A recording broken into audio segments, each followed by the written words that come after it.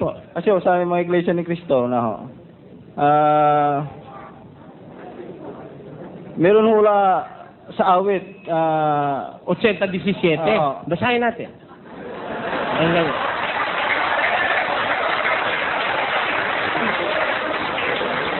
Mapatong nawa ang iyong kamay. Kakausapin kita, kapatid, huwag ka magagalit, ano?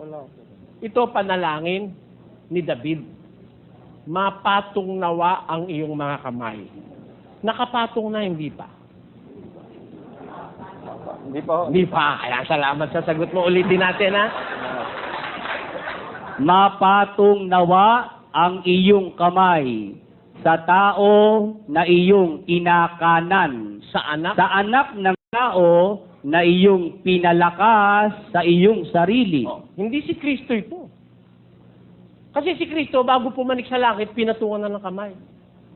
Ito sinasabing ito, wala naman sa langit ito eh. Pinapakahulugan lang ng iglesia ni Kristo na nasa langit daw ito, tao. Mapatong nawa ang mga kamay mo sa tao na iyong kinakanan.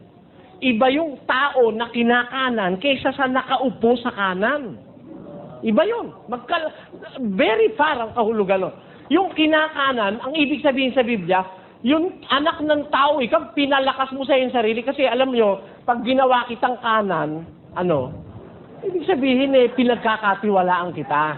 Yan. Yun ang kahulugan yan Parang idiomatic expression yan yung simbolismo ng kanang kamay, karangalan yon. Pakatiwala yon, yung kanang kamay. Close, close confidante, yung kinakanan. Alam nyo, itong tinutukoy dito, hindi si Kristo, kundi si David. Siya yung anak ng taong pinalakas ng Diyos sa kanyang sarili. Siya yung kinakanan ng Diyos. Basa, pakinggan nyo. Aking nasumpungan si David na aking lingkod.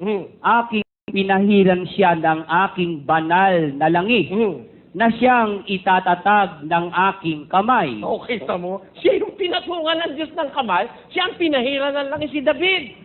Siya ang kinakanan ng Diyos. Hindi si Kristo. Kasi kung si Kristo ito, at sasabihin mo nasa langit, ba't nasa langit na hindi pa napapatungan? Samantalang si Kristo, bago pumanik sa langit, pinatungan na sa lupa. Ba't ito naman, mapatong nawa? Hindi pa nangyayari, sabi mo. Kaya hindi pwedeng maging kay Kristo yan. Si David yan, na pinatungan ng Diyos ng kanang kamay niya, pinahiran niya ng langis para palakasin niya si David. Si Kristo hindi kailangan palakasin ng Diyos.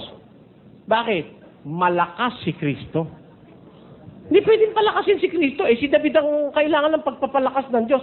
Kaya papatungan ng kami para palakasin Si Kristo ba kailangan palakasin? Basa, 1:24. Ngunit sa kanila na mga tinawag, maging mga Hudyo at mga Griego, si Kristo ang kapangyarihan ng Diyos. Kita mo, He is the power of God. Meron ba naman power na palalakasin pa?